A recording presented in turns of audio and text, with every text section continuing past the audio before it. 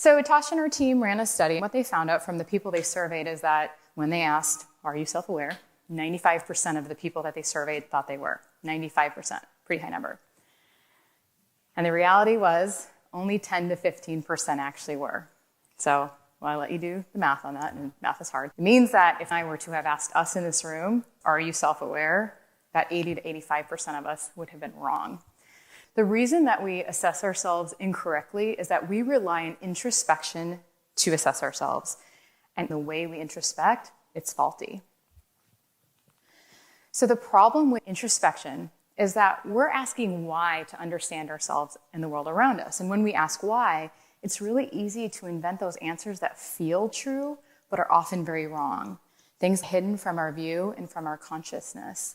And we can't self-assess accurately without adding our own worldview, our own bias, and I hate to say it because so many people think this is fact, but like our own truth. Those things are not facts. People who are self-aware ask what instead of why. And I'm going to give a really practical example here. So let's say I got into a fight with my husband. This is obviously hypothetical because we never fight. But I'm taking some time and I'm a little bit angry and I'm like, hey, what went wrong? I need to reflect on this. So I have two options here. I can take the why route or I can take the what route. So if I take the why route, I'm going to ask things like this. Why did I respond in that way? Why is he being like this? Why do these things keep happening over and over? Or I can take route number two, the what route. Then I'm going to ask things like, what caused the argument? What did I do to escalate it? What could we have done differently? And you can see the difference between these two.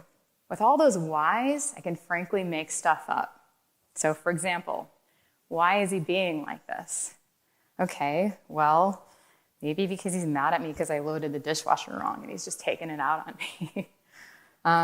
Maybe he's just inflexible, or maybe he doesn't love me anymore.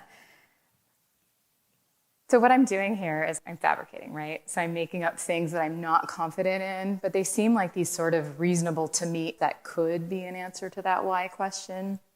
And honestly, it makes me feel a lot better to have an answer than to not have any. So in the what, I can objectively and practically evaluate and use facts. So for this scenario, what actually happened?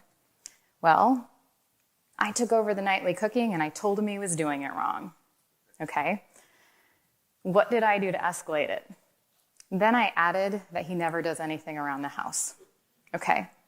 What could we do differently next time? So you can see those differences between what and why introspection. The whats are moving us forward. The whys are moving us backwards. And note that I'm not saying that we should never ask why. Why is a great way to dig in and understand behaviors and thoughts and perceptions. User research is a great example of this.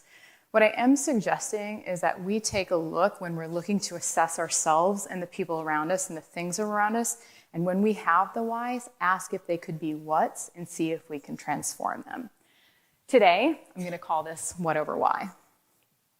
So now we've got two key pieces to self-awareness. We've got people who assess themselves, end up assessing them in the same way as others who know them, and we've got what over why. So using these two things, we'll talk about how self-awareness affects design skills and then how we evaluate that.